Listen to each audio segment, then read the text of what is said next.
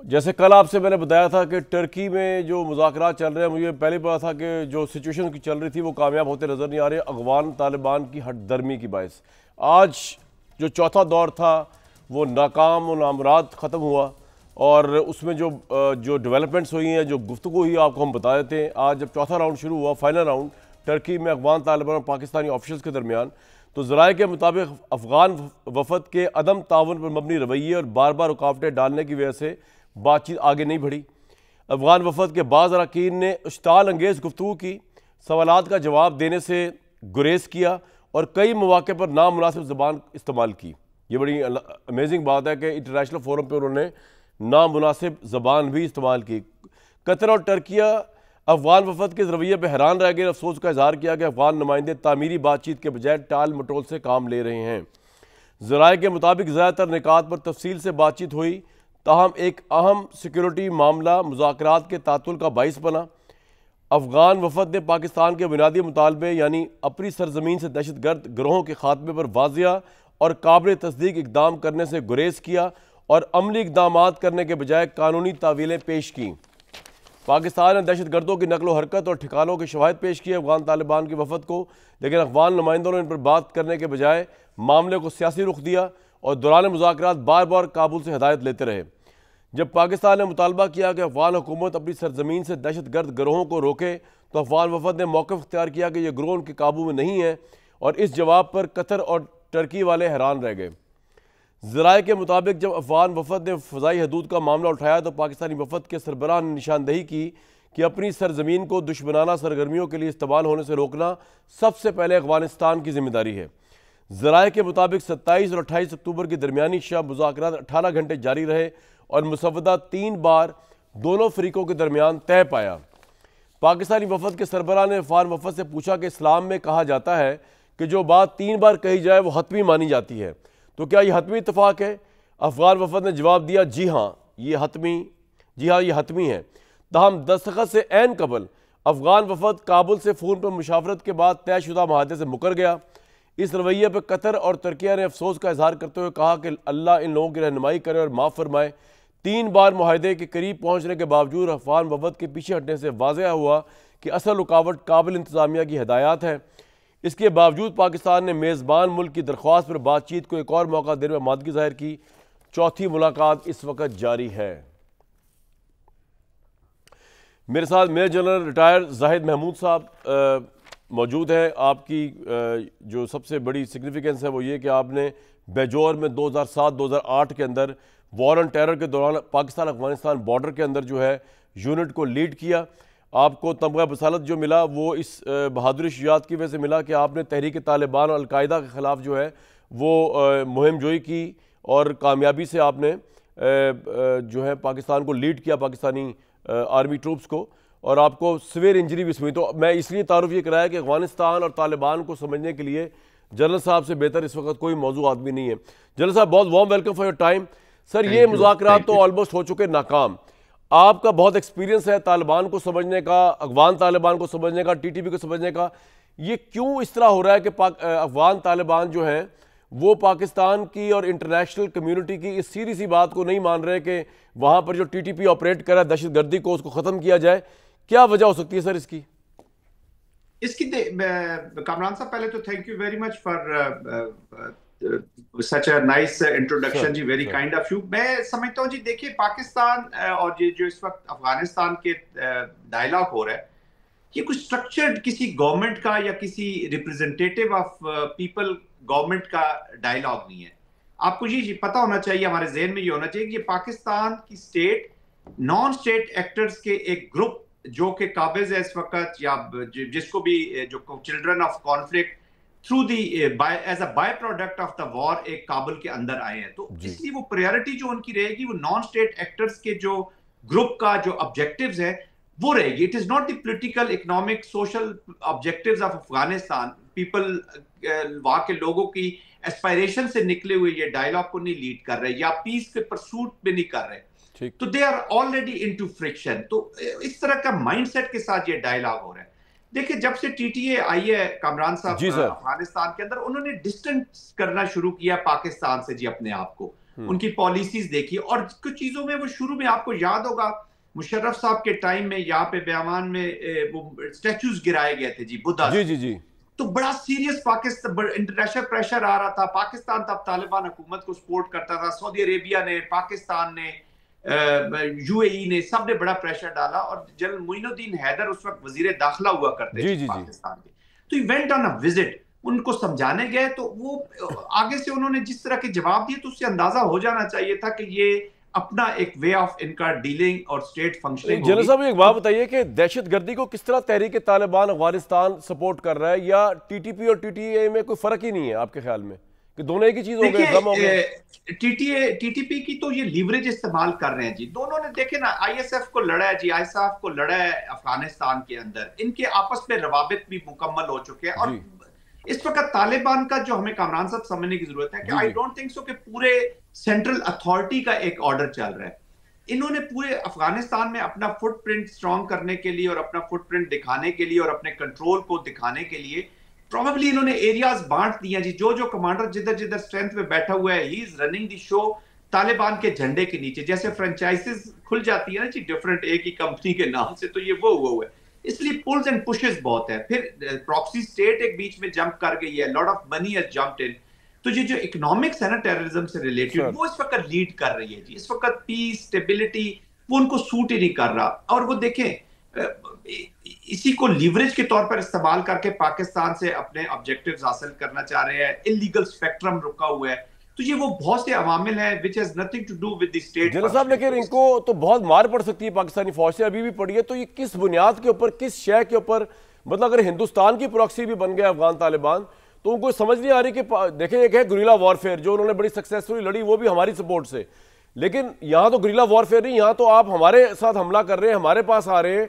हमारे पास लोगों को भेज रहे हैं, तो आपको तो अपनी सरजमीन को फिर डिफेंड करना मुश्किल हो जाएगा, क्योंकि पाकिस्तान की आर्म फोर्सेज तो दुनिया की बहुत बड़ी आर्म फोर्सेज में गिना जाता है उनको, हमारी इंटेलिजेंस, हमारी एयरफोर्स, हमारी बर्री फौज, वो तो फिर उड़ा के रख देगी। तो क्या सुसाइड मिशन पे हैं अफगान तालिबान? बस वो मैं बताया ना जी कि जो इकोनॉमिक मोटिवेशन है, उन्हें भी पता है कि ट्रांजिशनल एनवायरनमेंट क्रिएट हुई है जी इंडिया के साथ, तो जब तक यहाँ पे बैठा हुआ इनको आदतें भी थोड़ी सी कामरान साहब खराब होगी ना। पहले रशियंस थे तो dollars were flowing in America की तरफ से, आपको पता है वो, we all know that's the history. फिर जब अमेरिकन एप्लीकेशन 20 इयर्स, तो मोर देन 2800 सिविल जो कॉन्ट्रैक्टर्स यहाँ पे फिर रहे थे, तो वो क्या काम करते थे जी, वो पैसे देते थे इनको, और अपने अपने रीजन में जिधर जिधर ये डिप्लॉयड थी इनकी फोर्सेस, वहां थोड़ा सा पीस रख लिया, मूवमेंट में थोड़ी सी प्रोटेक्शन कर ली। अच्छा, फिर वेपन असला छीना, उसको बेचा, अब $7 बिलियन का वेपनरी पड़ी हुई है जी, other than the weapon American weapons भी जी उनके पास, तो ये इसी स्पेक्ट्रम के साथ जुड़ा रहना चाहते हैं ना, ये $7 अरब का। तो अभी ये देखना इनको फ्यूचर में तो इन्होंने देख ही नहीं रहे, कि मैं अर्ज कर रहा हूं बार बार कि अफगानिस्तान के लिए तो ये कर नहीं रहे जी, they are doing it for themselves, और जो प्रॉक्सी स्पॉन्सर जो नए जिसके ये क्लाइंट बने हैं, अब उसके इंटरेस्ट को इन्होंने गार्ड कर रहे हैं, उसके लिए एक एनवायरनमेंट। तो जनरल साहब फिर आपको लगता है कि ये अब ये टॉक तो हो गई फ्लॉप, और आप ये कमिटेड हो गए इंडिया के साथ अफगान तालिबान, तो अब आपको क्या लगता है कि यहाँ पे अब क्या होगा, आगे का मंजरनामा क्या? ये सीज फायर भी होल्ड नहीं करेगा, ये टेररिज्म भी होगा, अफगानिस्तान झड़पें भी करने की कोशिश करेगा, फिर पाकिस्तान एयर स्ट्राइक भी करेगा, फिर पाकिस्तान की चौकियों पे, मतलब क्या मंजरनामा आप देख रहे हैं? उधर से इंडिया भी मशक़ें कर रहा है, what is the scenario for Pakistan right now on east and west fronts? देखिए, इंडिया की तो एक्सरसाइज हो रही है जी, बिल्कुल militarily India is not in a position to wage war, और कन्वेंशनल तो होनी नहीं है वो, आई मीन ऑलरेडी एक सर्टेन लेवल पे इंडिया ले गया हुआ है इस एस्केलेशन को, तो वो ये रिज्यूम होगी तो वहीं से होगी जहां पे बुनियानुल मरसूस के ने खत्म किया जी, जहां से पाकिस्तान ने अपना नोशन ऑफ विक्ट्री लिखा, तो it will continue from there, लेकिन it will be more painful किसके लिए होगी? वो इंडिया के लिए होगी, क्योंकि इंडिया समझता है कि हम अगर इसको कश्मीर तक ही रिस्ट्रिक्ट रखेंगे तो कश्मीरियों का नुकसान दोनों तरफ हो, इंडिया का कुछ भी नहीं जाता। पंजाब में अगर रिस्ट्रिक्ट रखना चाहते हैं तो सिखों का नुकसान होगा, सिखों को वो मुतनफर करने की कोशिश करेंगे पाकिस्तान से, आगे राजस्थान का डेजर्ट है। But this time Pakistan will take war to those areas जहां पे उनको पिंच करेगा, पेन करेगा। फ्यूचर का कॉन्फ्लिक्ट भी ये है कि कौन कितना किसको पेन दे सकता है और कितना बेयर कर सकता है। It's not good thing, but Pakistan तो थोड़ा सा आदी हो गया पेन लेने का, और हमारी कौम भी रिजिलियंट है। इंडिया ने अभी तक वॉर देखी नहीं, इंडिया की आवाम ने, तो ये जिंगोज़म जो टीवी पे या जो आप कौम को तैयार करते हैं, उन्होंने मिलिट्री को पॉलिटिकल बना लिया है, एक मिलिटेंट विंग स्पोक्स पर्सन बना दिया आरएसएस का, हिंदुत्व से लुथड़ा हुआ सेफ्रोनाइज, और अवाम को उन्होंने फौजी बना दिया सिर्फ फिल्मी वो मीडिया की कंपेन कर करके। वॉर का अभी तक उन्होंने पेन लिया नहीं है। वन, तो Pakistan will create cost of the war for India, यही कास्ट क्रिएट करेगा जी अफगानिस्तान के अंदर, अपनी डेटरेंस रीगेन करेगा। कामरान शाहिद साहब, जब तक आप अपनी डेटरेंस, अगर आज डेटरेंस पाकिस्तान के पास प्रॉपर मुकम्मल तौर पे होती और उन्हें कॉस्ट ऑफ वॉर का अंदाजा होता तालिबान को, तो ये नेगोशिएशन इस माहौल में नहीं होनी थी जी, ये फिर दूसरा माहौल होता। तो you have to create an environment for that dialogue. फिर मैं रीजनल कंट्रीज को, इंटरनेशनल कंट्रीज को, और मैं तो कामरान साहब अमेरिका को अब इस रीजन में दोबारा उसकी एप्लीकेशन देख रहा हूँ जी। आप अमेरिका की दोबारा देख रहे हैं इस रीजन में? जी बिल्कुल देख रहा हूँ जी। अच्छा, वो किस प्रीटेक्स्ट पे आएगा सर? देखिए कामरान, पहले बात समझने की, अमेरिका स्टेक होल्डर जी, वो एक पुअरली क्राफ्टेड विड्रॉल करके गया है। उसका 20 साल की एप्लीकेशन का कोई पॉलिटिकल, कोई डिप्लोमेटिक, कोई मिलिट्री ऑब्जेक्टिव अचीव नहीं हुआ। तालिबान रजीम चेंज नहीं हुई, वो बैठे हुए हैं। ऑल इंक्लूसिव गवर्नमेंट नहीं बनी, सोशो इकोनॉमिक डेवलपमेंट नहीं हुई जिसके ऊपर उसने वॉर की। Afghanistan is still a hub for transnational terrorism. अच्छा, पूरी दुनिया को वहां से खतरा है, अमेरिकन इंटरेस्ट को खतरा है। $7 बिलियन का जो वेपन छोड़ के गया, प्रेसिडेंट ट्रंप खुद कह चुके हैं, it was poorly crafted withdrawal, और बाइडेन को मुर्दे इल्जाम लगाते हैं। इसका मतलब है कि अनफिनिश एजेंडा भी पड़ा हुआ है। फिर उसका जो नेट सिक्योरिटी प्रोवाइडर है कामरान साहब इस रीजन में, वो बुरी तरह फेल हो गया। वो जो वॉच डॉग था, वो तो स्ट्रे डॉग निकला ना, वो तो रंग उतर गया उसका, बारिश हुई तो वो इस वैक्यूम को कैसे छोड़ सकता है अमेरिका? यहाँ पे उसके दो मेन कंपिटिटर्स बैठे हुए हैं, चाइना एंड रशिया। तो वो आई डोंट थिंक सो। तो वो अभी कासिस बिलाय उसको अगर मिल जाता है इसी कॉन्फ्लिक्ट के अंदर। फिर एक और चीज जिस तरह मैं इशारा करना चाहूंगा वो ये कि अफगानिस्तान के अंदर कामरान साहब ऐसे कुछ ग्रुप्स है जो एक किसी कैटलिस्ट का इंतजार कर रहे हैं, ये याद रखिएगा। वो एक्सटर्नल कैटलिस्ट अगर उसको मिलता है तो वो उठेंगे। तालिबान के भी मैंने बताया ना कंट्रोल नहीं है, Afghanis have issues, other people have issues. लोगों के यहाँ पे नॉर्दर्न अलायंस को चले, अभी तो वो बाहर लीडरशिप बैठी हुई है, लेकिन तालिबान से देखे ना यंग बच्चे, वो जकी आपको याद होगा फुटबॉलर जो जहाज के टायर के साथ स्टो आउट होना चाहता था अमेरिकन जहाज के साथ, तो वो कहता था मुझे डर है कि मैं निकर पहन के तो खेलने नहीं देंगे, मेरा फ्यूचर ये, तो वो उसने जान दे दी। हम इधर स्टूडेंट से मिलते हैं अफगानिस्तान से, uncertain about their future ji. Sir आप मेरे साथ ही रहिएगा, बिल्कुल आपका अभी आपसे मजीद भी गुफ्तगू करूंगा जरा पाकिस्तान इंडिया के मामलात के ऊपर भी, और ये अफगानिस्तान की टेंशन चल रही है। वार्म वेलकम तारिक फजल साहब को, इरशाद भट्टी साहब को। तारिक साहब, अगर जैसे कि 4 दौर नाकाम हो गए, 5वां भी लग नहीं रहा जिस तरह का एटीट्यूड अफगानिस्तान ने अपनाया हुआ है, तो अगर ये मामलात बिल्कुल डेडलॉक ब्रेक डाउन हो जाता है तो फिर खुली जंग है अफगानिस्तान के साथ पाकिस्तान की, या अफगान तालिबान के साथ? बिस्मिल्लाहिर्रहमानिर्रहीम। कमरान भाई जन साहब ने बड़ी तफसील से डायलॉग के हवाले से भी और पाक अफ़गानिस्तान आगे मुस्तकबिल में क्या मंजर कशी हो सकती है उस पर गुफ्तगू की है। मैं उसे इंडोज़ करते हुए आपके सवाल का जवाब इस तरह दूंगा कि पाकिस्तान बिल्कुल ये हक रखता है कि अगर अफ़गानिस्तान से किसी भी वक्त किसी भी बॉर्डर एरिया से दरअंदाजी की कोशिश की गई पाकिस्तान की सरज़मीन पे, या दहशतगर्दों ने वहाँ पे महफूज ठिकाने बना के और अपनी तरबियत गाहें बना के वहाँ से आके पाकिस्तान की सरज़मीन पे पाकिस्तानी अफवाज पे या हमारे सिविलियंस पे हमले किए, तो अगेन आई रिपीट, हम बिल्कुल हक महफूज रखते हैं कि हम उसका उन्हें मुंह तोड़ जवाब दें। पाकिस्तान के अंदर भी, और जहाँ उनके महफूज ठिकाने होंगे, तरबियत गाहें होंगी अफ़गानिस्तान के अंदर, उन पे गोलाबारी करना, एयर स्ट्राइक से उन्हें तबाह करना, ये हमारा राइट है। उसकी वजह ये है कि कोई भी मुल्क ये इजाज़त नहीं दे सकता कि आप एक सोचे समझे मंसूबे के तहत अफ़गान तालिबान रजीम जो काम कर रही है कि वो वहाँ पे दहशतगर्दों को न सिर्फ उनकी सरपरस्ती कर रही है बल्कि उन्हें असला दे रही है, उन्हें महफूज ठिकाने दे रही है, उनकी वहाँ पे महफूज तरबियत गाहें हैं, और वो कतई तौर पे इस बात के लिए तैयार नहीं हो रहे कि वो उनको इस काम से रोकें, उन तैयारियों को रोकें, उनकी सहूलतकारी को रोकें। और जब हमने 10 अक्टूबर को उनके महफूज ठिकानों पे दहशतगर्दों के हमला किया अफ़गानिस्तान के अंदर, उसके बाद वो कतर गए कि जी सीज़ फायर कराएँ, तो हमने कहा खुशी से, बातचीत से मामला तय हो सकते हैं, तो इससे अच्छी बात कोई नहीं है। हमारा अफ़गान अवाम से ना कोई मुखालफत है ना कोई दुश्मनी है, अफ़गानिस्तान से कोई दुश्मनी नहीं है, हमारा बरादर इस्लामी मुल्क है। लेकिन जिस तरह जल साहब ने कहा कि ख़ुद अफ़गान कौम जो है वो अफ़गान तालिबान रजीम के शिकंजे में आई हुई है, जो कि एक जाबराना तसल्लुत है जो उन्होंने वहाँ पे कायम किया हुआ है। अभी तक वो उसको एक गवर्नमेंट की शक्ल नहीं दे सके, बल्कि एक जत्था-नुमा उनका ग्रुप है जिसने अफ़गानिस्तान को काबू किया हुआ है। हमें उससे भी कोई गिला नहीं है, हमने इन्हें पहले भी सपोर्ट किया है, अभी भी पाकिस्तान पिछले 3 साल से इनके साथ सपोर्टिव किरदार में जा रहा है। लेकिन जब हमारी सरजमीन, हमारे शहरी, हमारी अफवाज, जवान, अफसरान महफूज नहीं होंगे और उनकी जानें जो हैं वहाँ यहाँ ज़ाया होंगी, तो फिर पाकिस्तान जंग के लिए तैयार है। बिल्कुल ठीक है सर, यहाँ पे उन पे हमले करेंगे, आपका पॉइंट आ गया। तो हम बिल्कुल उनका मुंह तोड़ जवाब देने के लिए तैयार हैं। और मैं ये भी बात ज़रा रिकॉर्ड पे रखना चाहता हूँ, मैं वो बातें नहीं दोहराऊंगा जो जनरल साहब ने की हैं, कि हमारे बहुत सारे दोस्त ये कहा करते थे कि जनाब बातचीत के ज़रिए मामला हल करें, जी बातचीत के ज़रिए मामला हल करें। इससे ज़्यादा मुनज़्ज़म बातचीत क्या हो सकती है जो दोहा में हुई, जो आज तुर्किया में हो रही है। ये वो गुफ्तगू का तरीका है जो पाकिस्तान गवर्नमेंट ने, हमारे इंटेलिजेंस के इदारों ने अपनाया है कि हम बातचीत के ज़रिए इस मसले को हल करना चाहते हैं। अब जो बम लेके हाथ में खड़ा है या बंदूक लेके खड़ा है, उससे तो बातचीत हो ही नहीं सकती, ना उसको कोई फ़ायदा है ना होगी। लेकिन उनके सहूलतकार जो इस वक्त मौजूद हैं उनसे हम बातचीत कर रहे हैं, मुज़ाकरात से इस मामले को हल करने की कोशिश कर रहे हैं। पहला दौर होता है 18 घंटे का, दूसरा होता है 17 घंटे का, तीसरा दौर होता है 19 घंटे का, अब चौथा दौर जो है वो जारी है। इससे पाकिस्तान की आप बातचीत में जो दिलचस्पी है उसको देखें।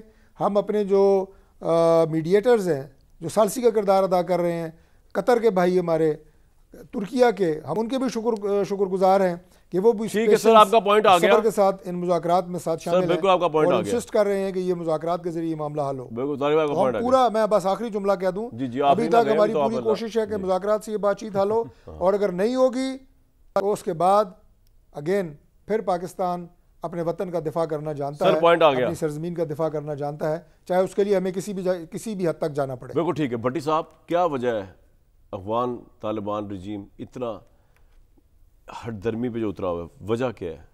अच्छा, पहले तो मैं बड़ा हैरान हूँ कि तालिबान का, यानी इनको एक तो ये वहम पता नहीं कब निकलेगा कि ये जो सोवियत यूनियन को भगाया था ना, हम थे साथ, जो अंग्रेज़ यहाँ से निकला था हम थे साथ, जो काबुल में आप आए हैं हम थे, लीड कर रहे थे आपको, और मेरे समेत हम सब ने खुशियाँ मनाई और हम गलत निकले कि हमारी हुकूमत आ गई है, और हमने इधर मिठाइयाँ बांटी के जब तालिबान की हुकूमत आ गया, और इन्होंने हमें गलत साबित किया कि 5,000 दहशतगर्द इनके 4 सालों में खैबर पख्तूनख्वा में दाखिल हुए, 1200 दहशतगर्द कोयटा में यानी बलूचिस्तान में दाखिल हुए, और 400% ज़्यादा दहशतगर्दी हुई, 10,15,000 हम पर हमले हुए दहशतगर्दों के इनके 4 सालों में, और 3,500 लोग हमारे शहीद हुए जब से ये पावर में जब से ये 4 सालों में। और पहली बात। दूसरी बात, ये गलतफहमी दूर है। दूसरी बात ये है कि इनका सबसे बड़ा था अमेरिका, दुश्मन इनका होता था अमेरिका से बैकडोर बातचीत, और बेगराम एयरबेस पे और बाकी 19-20। इनका दूसरा था लदीद एयरबेस है कतर, जहाँ से रोज़ तैयारे उड़ के इन पर बमबारी कर, कतर से दोस्ती। तुर्किया नेटो का इत्तेहादी था, नेटो जब बमबारी करता था तुर्किया से। पाकिस्तान से क्या मसला है? अशरफ गनी करजई अफगान फोर्सेस इनके खिलाफ लड़ते रहे, उनसे दोस्ती, यानी उनसे भारत शमाली इत्तेहाद का सपोर्टर था, इनके खिलाफ था, भारत से दोस्ती। हमने पता नहीं इनका क्या बिगाड़ा है कि हम मुश्किल वक्तों में इनके साथ रहे। ये जो 80% तालिबान लीडरशिप है ये यहाँ छुपी होती थी, यहाँ इनका सारा होता था। और एक वक्त था मुल्ला उमर कहता था आंसुओं के साथ कि पाकिस्तान पर हमला, अफ़गानिस्तान पर हमला होगा, और अब मुल्ला उमर का बेटा मुल्ला याकूब जो है वो टके टके की हमें बातें सुनाते हैं। और तालिबान लीडरशिप जा रही, लाखों अफ़गानी रहे, हमने अपना कल्चर तबाह किया हमने। और मैं उन लोगों को आज पूछना चाहता हूं जो हमारे नारे मारते थे मजबूत अफ़गानिस्तान थे, मजबूत पाकिस्तान, भाई नहीं, मजबूत पाकिस्तान फिर मजबूत अफ़गानिस्तान। अब सूरत हाल ये है कि आपने सऊदी अरब ने कोशिश कर ली, कतर ने कोशिश कर ली, तुर्किया कोशिश कर रहा है, पाकिस्तान ने कोशिश कर ली, और कर ले मुज़ाकरात, और कर ले मुज़ाकरात, और कर ले मुज़ाकरात। मुज़ाकरात से कुछ हासिल वसूल नहीं होना। ताकत अमन की ज़मानत होती है। याद रखें, हमने दुनिया के किसी महज़्ज़ब मुल्क में चले जाएं, ये उठा के ले जाएं कि हमने कहा क्या है कि अफ़गान सरजमीन पाकिस्तान के खिलाफ इस्तेमाल ना हो टेररिज्म के लिए। हाँ, हमने कहा है कि उनके खिलाफ कार्रवाई करें, कार्रवाई के मुसद्दका शवाहिद हमें दें, कार्रवाई के नताइज नज़र आने चाहिए, और तालिबान अमीर फतवा दें कि ये जहाद नहीं, ये हराम है, सिंपल सी बात है। आज हमारी तरफ से अगर उठ के लोग जाएं और उन पर हमला आवर हो तो वो हमसे क्या मुतालबा करेंगे? यही कि आपकी सरजमीन इस्तेमाल हो रही है। तो जो मुश्किल वक्तों का दोस्त पाकिस्तान है, जिनके सारे इनकी मईशत है, जो इनकी पनाह गाह है, उसकी जड़ें काट रहे हैं। और इसमें कोई शक नहीं कि ये अफगान अवाम के ख़िलाफ़ हमारी जंग नहीं है, तालिबान हुकूमत के ख़िलाफ़ जंग, ये दहशत गर्दों के ख़िलाफ़ जंग है और वो होनी चाहिए। वजह क्या है, क्यों नहीं कर रहे? एक तो इनको वहम है कि इन्होंने कहा है कि ये हमने कर लिया, अब शरीयत नाफिज इधर भी करेंगे, ये हमने कर लिया है, अब हम ये भी हमारे होना चाहिए। दूसरा, पीछे भारत है, $1 अरब अभी उसने दे दिया है भारत ने, और भी डॉलर मिलेंगे। आगे तालिबान हुकूमत है, आगे दहशतगर्द और खारजी हैं, और हमें एहसानों के बदले क्या मिला? और ये आज की बात नहीं है, पूरी अफगानिस्तान की हिस्ट्री उठा के देख लें। 65 में जब पाक भारत जंग थी, इन्होंने इधर से हम पे हमला कर दिया। 71 में जब हमारा मुल्क टूटा, इन्होंने काबुल में जश्न मनाया। अभी जो मार्क का हक था, उसमें इन्होंने बलूचिस्तान और खैबर पख्तूनख्वा पर हमला आवर हुए। और इसी के साथ साथ ये हमेशा हमें कभी कोई वफा नहीं मिली। तो अब हमें क्या मिल रहा है इनके सामने? बोले कश्मीर भारत का हिस्सा है, दरियाए काबुल पर डैम बनाएंगे और पानी रोकेंगे। और तुम्हें याद रखना चाहिए कि हम सोवियत यूनियन के खिलाफ लड़े, अंग्रेज़ के खिलाफ लड़े, तुम्हारे खिलाफ भी लड़ेंगे। और तुम जो समझते हो समझते रहो। मुल्ला याकूब ने अल जजीरा को दुआ के फ़ौरन बाद इंटरव्यू दिया और कहा कि जो समझना है समझते रहो, TTP को हम दहशतगर्द नहीं समझते। तो भाईजान कर लें जितने मुज़ाकरात और करने हैं। एक दो ऑप्शन है। एक तो ट्रंप साहब ने कहा था कि मुझे पता है कि उधर जंग हो रही है, लेकिन और मेरे लिए ये भी कोई मुश्किल नहीं, मैं जंग बंद कराना जानता हूँ। ट्रंप साहब को ज़रूर इन्वॉल्व करना चाहिए। और दूसरा, आखिरी दहशतगर्द तक और आखिरी दहशतगर्द ठिकाने तक हमें इनका पीछा करना चाहिए और हिट करना चाहिए। कोई मुज़ाकरात से ये नहीं मानते, कोई मुज़ाकरात से। जनरल साहब, ब्रेक से पहले आपसे एक सवाल और पूछ लूँ कि क्या हमारी टोटल असेसमेंट अफगानिस्तान के तालिबान के मुतालिक गलत साबित हुई? चलो TTP तो दुश्मन बने हुए हमारे, अफगान तालिबान जिनको हमने इतना सपोर्ट किया, भट्टी साहब ने भी हिस्ट्री बता दी है, और हम उनको अपने भाई समझते थे, पता नहीं क्या कुछ समझते थे, तो वो अब हमारे साथ नहीं है, वो दहशतगर्दी के साथ है, वो हिंदुस्तान के साथ हैं। तो हम समझ नहीं, आपकी क्या अंडरस्टैंडिंग? आप तो बहुत जंगें लड़े हैं पाकिस्तान अफगान बॉर्डर पे, अफगान तालिबान को हम गलत समझे? नहीं, हम समझ तो गए थे जी। मैंने अभी कमरान साहब आपको एक एग्जांपल कोट की थी कि वो अपना एक एटीट्यूड है उनका। वो जो मैं जल मुइन का उस वक्त वजीर दाखिला थे, तो जल मुशर्रफ, इफ यू रिमेंबर, उन्होंने अपना विजिट कैंसिल कर दिया था। तो उससे अंदाजा हो गया था कि नाउ दे विल परसू। अफगानिस्तान का ये होता है जी, जब एक्सटर्नल एनिमी आया होता है तो ये बिल्कुल जुड़ जाते हैं, उसको लड़ते हैं और उसके बाद फिर अपना पावर एक्सरसाइज करते हैं। लेट अस कन्फेस कि हमारी नैरो पॉलिसी थी जी, और पॉलिसी के ऊपर अब तक कंट्रोल हमने नहीं रखा, इसी उम्मीद के साथ कि इस ट्रस्ट के साथ कि ये इसको देखिए। एक चीज कमरान साहब, हम थोड़ी सी गलत कर लेते हैं। हम जिस समझते हैं कि हमने तालिबान को या मुजाहिदीन को support, actually we were supporting Afghanistan. मुजाहिदीन से ये उम्मीद थी कि ये लड़ेंगे, रशियंस के खिलाफ स्टेबिलिटी लाएंगे और अफगानिस्तान के काबुल को गवर्न करेंगे अफगानिस्तान के लिए। फिर तालिबान आ गए तो हमने कहा कि चलो यार ये स्टेबिलिटी लाएंगे कोई किसी रिलीजियस लाइन के ऊपर, तो ये इंक्लूसिविटी लाएंगे, जोड़ेंगे इनको। वहां पे हमारी थोड़ी सी पॉलिसी नैरो रही कि हमने एक ही बास्केट या तालिबान के साथ जो बाकी फैक्शंस थी इन अफगानिस्तान, ऑल इंक्लूसिव हमने अपना जोड़ के नहीं रखा। अब अहमद शाह मसूद वगैरह उन लोगों के यही गिले रहे। अच्छा, नॉर्दर्न अलायंस हमसे इसलिए नाराज रहा कि जी हम तालिबान को सपोर्ट कर रहे हैं। अमेरिका 20 साल अफगानिस्तान के अंदर बैठ के सारे अफगानिस्तान को बताता रहा कि तुम्हारे ये जो तालिबान तुम्हारे सर पे थोपे गया, इसका मेन कॉज जो है वो पाकिस्तान है। तो सारे अपने फेलियर्स जो थे ना जी, वो पाकिस्तान की बास्केट में डालते रहे। अच्छा, तालिबान हमसे इसलिए नाराज हो गए कि हम अमेरिका की सपोर्ट कर रहे हैं। तो ये सारा पूरा अफगानिस्तान में एक हमने कॉम्प्लेक्स कर लिया। बट आई थिंक एक अपॉर्चुनिटी मिली है। ओपन वॉर के अंदर तो कोई चांस नहीं है अफगान तालिबान का जीतने का। गुरिल्ला वॉरफेयर तक तो ठीक है। देखिए, ये प्रोटेक्टेड होगा जी, कॉन्फ्लिक्ट अगर चलता है तो प्रोटेक्टेड होगा। इसके देखिए ना इम्प्लीकेशंस है ना। प्रोटेक्टेड मींस सर कि आपकी सोसाइटी के अंदर ये इन्वेस्ट करेंगे, ये जिस तरह बैठे हुए हैं इलीगल स्पेक्ट्रम के साथ। अब हमारे पाकिस्तान के अंदर भी कई ऐसे लोग हैं जो जुड़े हुए हैं, वो जो बातचीत ज्यादा करते हैं ना जी, नेगोशिएशंस और भाई और ये वो। तो कासस सामने तो ये उम्मा और भाई और brotherhood Pakhtunwali, with all my respect, जब उसामा बिन लादेन को हैंडओवर करना है तो उस वक्त तो उनको दोस्ती और वो सारी चीजें याद आ गई जी कि हम इसको हैंडओवर नहीं कर सकते, ये हमारा मेहमान है और दोस्त है। जब तक TTP पे भी अभी वही लग रहा है पाकिस्तान पे, तो unfortunately they have weaponised the trust. अभी वेपन, जैसे इंडिया ने पानी को वेपनाइज किया है, उधर खुराक को इजराइल, इन्होंने हमारे ट्रस्ट को वेपनाइज कर दिया। तो अब तो Pakistan has learn from a hard way, but कोई नहीं, कौमों पे ये चीजें आती रहती हैं। अब we have to apply the correction. थोड़ा सा साहब आपका पॉइंट आ गया, बिल्कुल आ गया। और केपी जो कि फ्रंट लाइन स्टेट है, फ्रंट लाइन सूबा है पाकिस्तान का वॉर ऑन टेररिज्म के खिलाफ, वहां पे जो हालात चल रहे हैं, जो वफाक और पाकिस्तान तहरीक इंसाफ के दरमियान जो वहां जंग चल रही है, इस मौजू पर बात करना बड़ा जरूरी है एक वक्फे के बाद, क्योंकि ये ओवरऑल पाकिस्तान की इस वक्त सॉवरेनिटी और टेरिटोरियल इंटेग्रिटी का इशू है जो हमने इसको डिफेंड करना है। ब्रेक लेंगे। शौकत यूसुफजई साहब ने हमें ज्वाइन किया है। शौकत भाई, इस वक्त वहाँ पर बड़े अजीब हालात हुए हैं टर्की के अंदर, मुज़ाकरात हमारे कामयाब नहीं हो रहे, वो मानने को तैयार नहीं हो रहे अफगान तालिबान के जी वहाँ से टेररिज्म हो रहा है। केपी हमारा फ्रंट लाइन सूबा है और हमारे जो नए वज़ीर आला हैं ऑब्वियसली उन पर बड़ी भारी जिम्मेदारी है।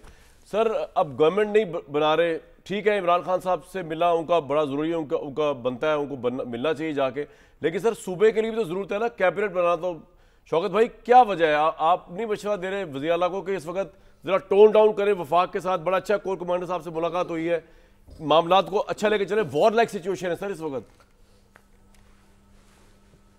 बिस्मिल्लाहिर्रहमानिर्रहीम, बहुत शुक्रिया। देखिए बिल्कुल नो डाउट इस वक्त जो हालात हैं वो बिल्कुल इस बात का तकाजा नहीं कर सकते कि हम इस तरह की कन्फ्रंटेशन हो, लेकिन बहरहाल जो बदकिस्मती से जो वफाकी वज़रा है उन्होंने जो एक बयानिया दिया और एक कैंपेन चलाई बाकायदा, उनकी नामजदगी से लेके फिर उनके इलेक्शन तक और फिर उसके बाद हलफ लेने तक, यानी पूरा एक सिलसिला उन्होंने बनाया जिससे बदमज़गी पैदा हुई। लेकिन अगेन ये बड़ा अजीब सा मामला है कि एक सूबे के 4.5 करोड़ आवाम का नुमाइंदा लीडर जो है वो अपने अकायद से मिलना चाहता है और अदालत ने भी इजाज़त दे दी है और वफाकी वज़रा ने भी 2 दिन से कह रहे हैं कि जी आज तो मुलाकात हो जाएगी, लेकिन नहीं हो रही। आई डोंट नो कि क्या खौफ है वफाकी हुकूमत को और वजह क्या हो सकती है। लेकिन अगेन मैं ये कहूँगा कि आज जो डॉक्टर उस्मा साहिबा मिली हैं इमरान खान साहब से और वो मैसेज लेकर आई हैं, उन्होंने कहा है कि खान साहब ने कह दिया है कि एक मुख्तसर सी काबीना बना ली जाए। तो आई थिंक कि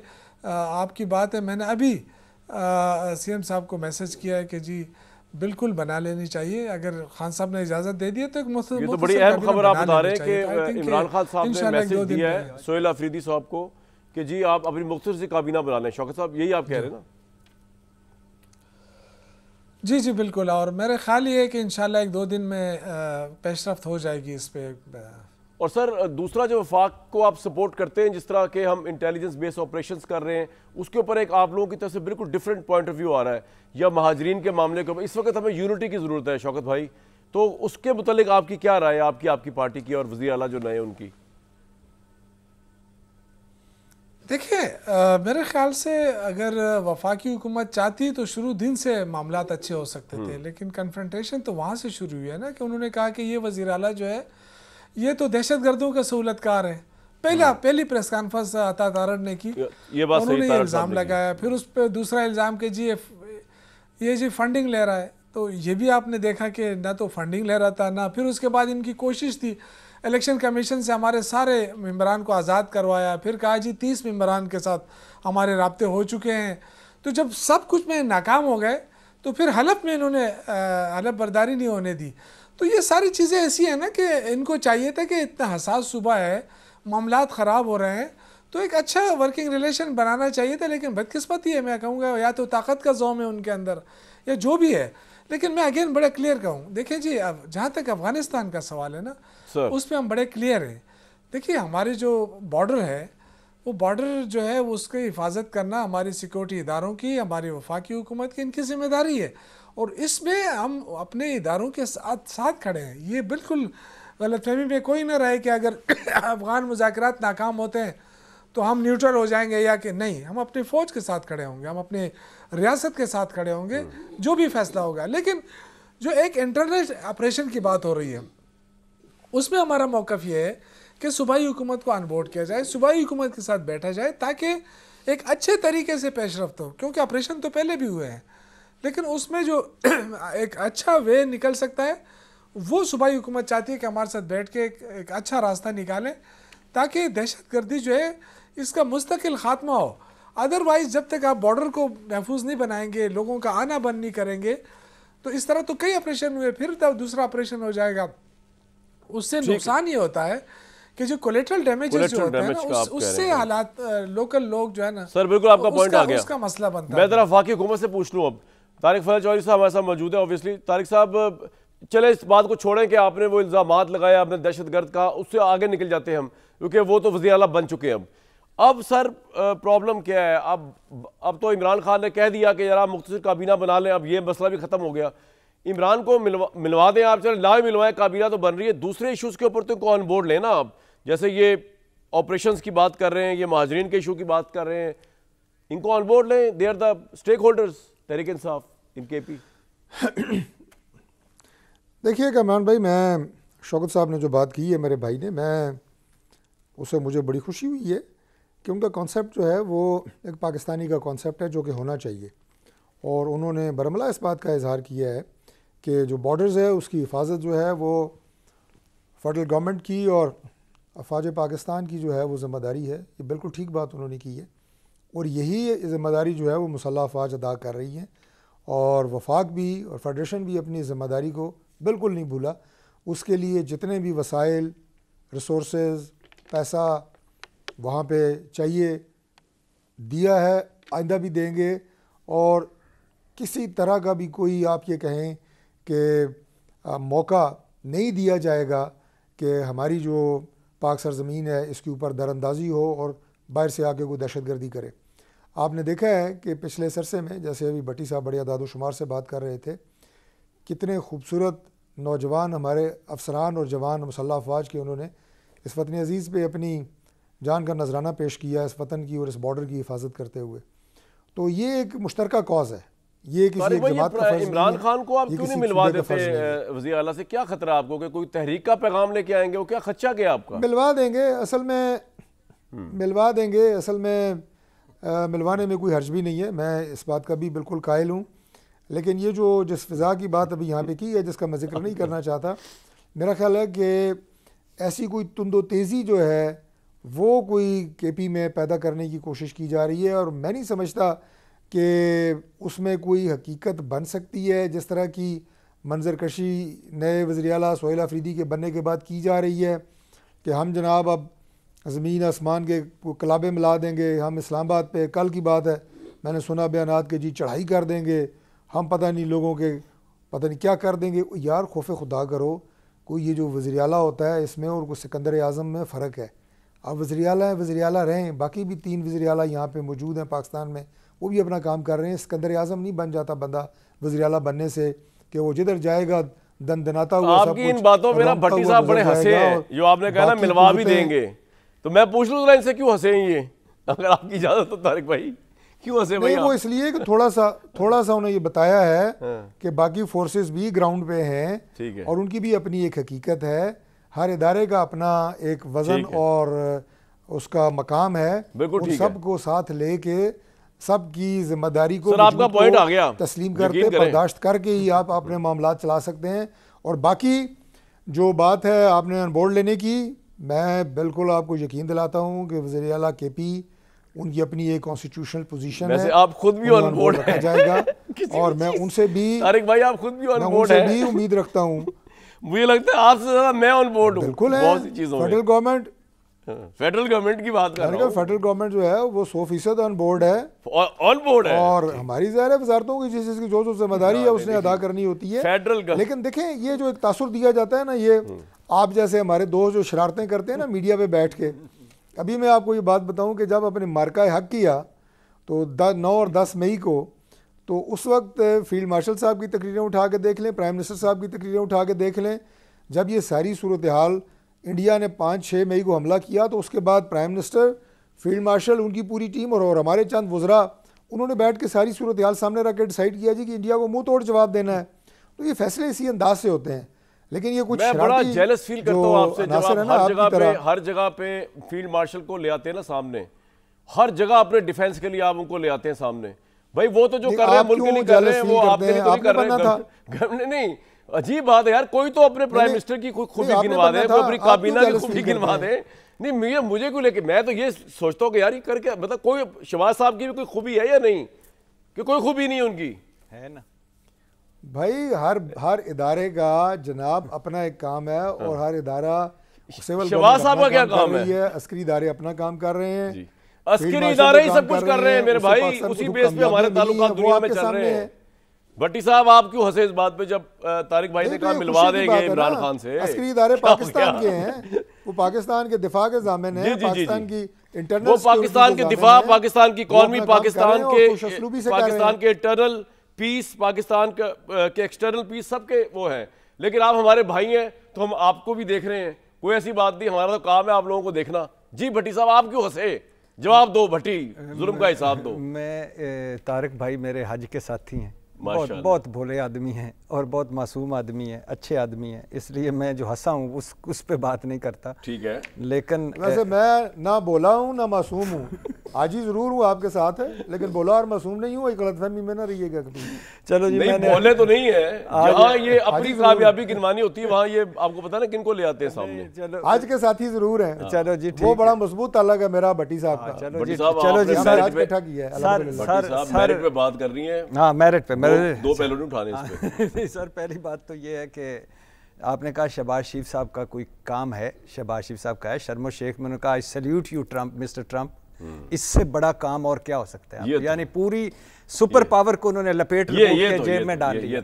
और अगर ये तो नवाज शरीफ साहब भी नहीं कर सके और ना वो कर सकेंगे। और भाईजान ट्रम्प साहब ने उसके बाद देखा लेफ्ट, फिर राइट, फिर आगे, फिर पीछे, और ट्रम्प साहब जैसा बातों का धनी, उसने कहा भाई अब तो कहने को कुछ घर ही जाना पड़ेगा, घर ही चलते हैं, अब तो घर ही चलते हैं। तो इससे बड़ा नहीं यार, ये क्वालिटी है शहबाज। हाँ, नहीं ऐसे उन्होंने घेरा है ट्रम्प को। ट्रम्प कमाल। मैं कहता हूँ हमें आप एक दो शहबाज और दे, पूरी दुनिया फतह कर लेंगे भाईजान। अगर एक शहबाज शरीफ, यही शहबाज शरीफ हुआ ना तो क़यामत से प्राइम मिनिस्टर, वो शहबाज शरीफ की कामियाबी नहीं, वो प्राइम मिनिस्टर ऑफ पाकिस्तान की कामयाबी। आप हमें हर दफा यकीन ना दिलाया करें कि शहबाज शरीफ साहब प्राइम मिनिस्टर है। अगर वो शहबाज शरीफ मिल रही है यार, वो शहबाज शरीफ मिल रही है, वो आपसे हजम नहीं हो रही। नहीं भाई, वो मुल्क की इज्जत है यार, मुल्क की इज्जत है, कह रहे हैं यार, वो सारी इज्जत मुल्क की है। शौकत साहब से क्विक ले लूं मैं जरा, जल्दी बस दो तीन बातें। वो खैर वो मुल्क की इज्जत नहीं थी, मुल्क डिसग्रेसफुल था बहुत काम। ठीक है, आपका पॉइंट है। पहली बात ये है कि फौज के पीछे खड़ा होना चाहिए, ये वक्त है, इस वक्त ये फौज के बड़ी चीज शौकत साहब की वो ये कह रहे हैं। दूसरा बात ये वफाक और सूबे को एक पेज पे आना चाहिए, जैसे सानिया IPS पे था, जैसे नेशनल एक्शन प्लान पे था। और तीसरी चौथी बात कि सूबे को ऑन बोर्ड लेना चाहिए और सूबे को भी दहशतगर्दी पर सियासत नहीं करनी। बिल्कुल ठीक है। शौकत भाई मुझे एक बात बताएं, जो तारिक भाई की बात में से मुझे एक बात लगी है ना कि जो बड़ी जेन्युइन कंसर्न लग रहा है, वो कह रहे हैं कि वजीर आला के जो तेवर है ना, उससे लग रहा है कि वो लगता है सिकंदर आजम की तरह कुछ चढ़ाई कर देंगे इस्लामाबाद में इस पे। तो इससे पहले भी क्योंकि गंडापुर साहब ने ये काम कर चुके हैं, तो ये खतरा सर किस तरह आप टाल सकते हैं इनके ज़हनों से वाकई हुकूमत के? देखिए, सुहेल अफरीदी एक पढ़े लिखे नौजवान हैं और वो स्टूडेंट लीडर रहे हैं, यूथ की उन्होंने लीडरशिप की है, फिर उसके बाद पार्टी में शामिल, पार्टी की क़यादत की है। ये मुझे समझ नहीं आ रही है, ये जो इतने संजीदा लोग, इतने समझदार लोग इस तरह टीवी पे आके जब इस तरह की बातें करते हैं ना, तो ये तो मैंडेट की तौहीन है ना। आप यही कहना चाहते हैं ना कि ये किस तरह वज़ीर आला, यही मकसद हो गया आपका, तो ये तो बड़ी अफसोस की बात है ना। फिर आप एक्सपेक्ट करते हैं कि जी हमें वो सही जो है ना, हमें वो नहीं कर रहा है, तो ये आप उसको इश्तिहाल दिलाएंगे। आपके पास तिलाल चौधरी है, आपके पास अता तारड़ है, आपके पास एक और बंदा भी है इस सूबे का, जब वो बात करते हैं ना तो वो वैसे ही इश्तिहाल दिलाते हैं, और काम उन्होंने यही लगाया है शायद इसीलिए कि वो नौजवान है, उसको इश्तिहाल दिलाओ। देखिए, ये काम गलत है, इस तरह नहीं होना चाहिए। अगर आपको सूबे का दर्द है ना, आप वाकई चाहते हैं कि अमन कायम हो, तो आप सूबे को एतमाद में लें, सूबे के साथ बैठें, बात करें, उनको मुलाकात करने दें। मुझे ये जो आप कर रहे हैं ना कि हम उसको नीचे लाना चाहते हैं, आप देखिए कोर्ट कमांडर साहब ने मुलाकात की है, कि जी हम उनको थोड़ा सा नीचे लाना चाहते हैं, वो हवा में उड़ रहे हैं, उसको नीचे आप कहते हैं सिकंदर आजम ना बने।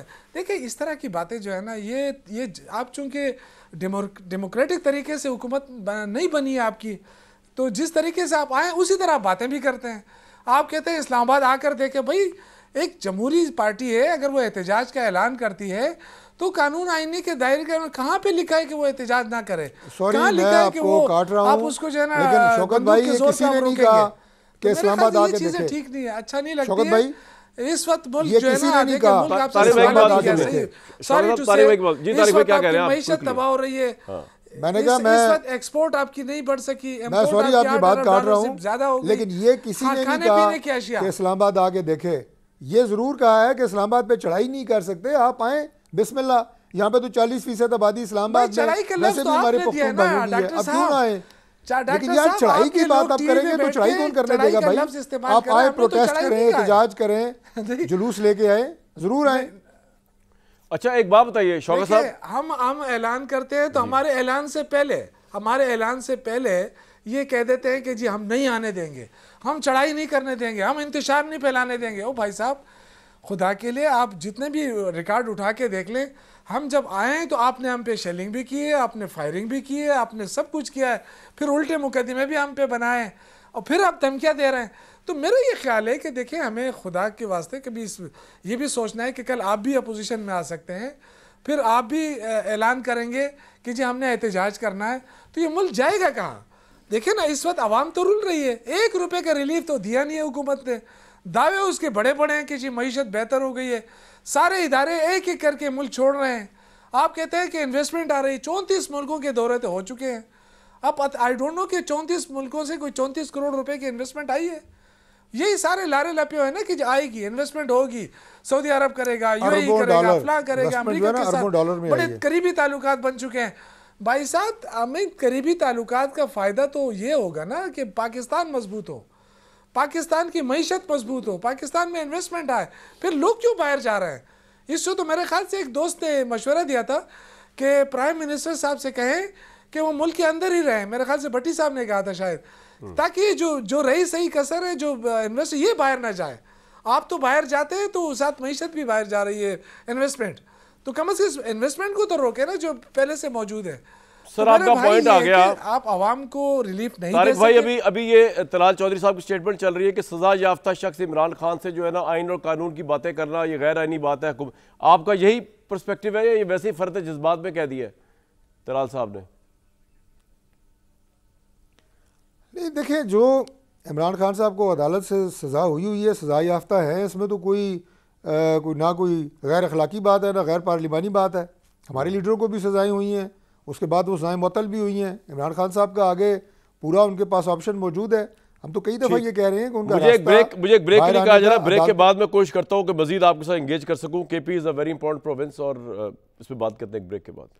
कि में फाइनल राउंड चल रहा है और उम्मीद बहुत कम है कि कोई एग्रीमेंट या कोई लॉजिक समझ आ पाएगी अफगान तालिबान को, लेकिन हम आपको रिपोर्ट करते रहेंगे। लेकिन ये भी समझ नहीं आ रहा कि केपी के अंदर जो है मामलात को किस तरह देखा जाए। सबको शायद एक एक स्टेप पीछे जाना पड़ेगा। कल तक के लिए इजाज़त।